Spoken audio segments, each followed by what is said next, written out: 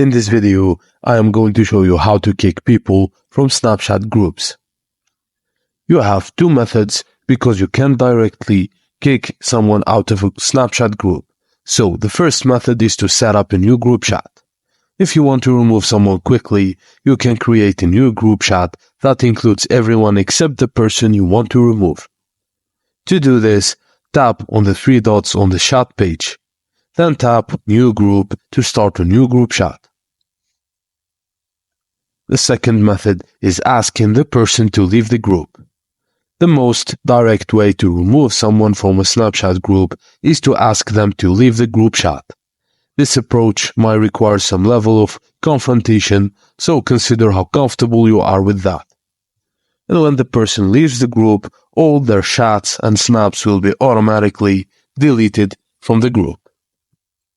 But if you are the admin of the group, just swipe right from the camera screen to go to the chat screen.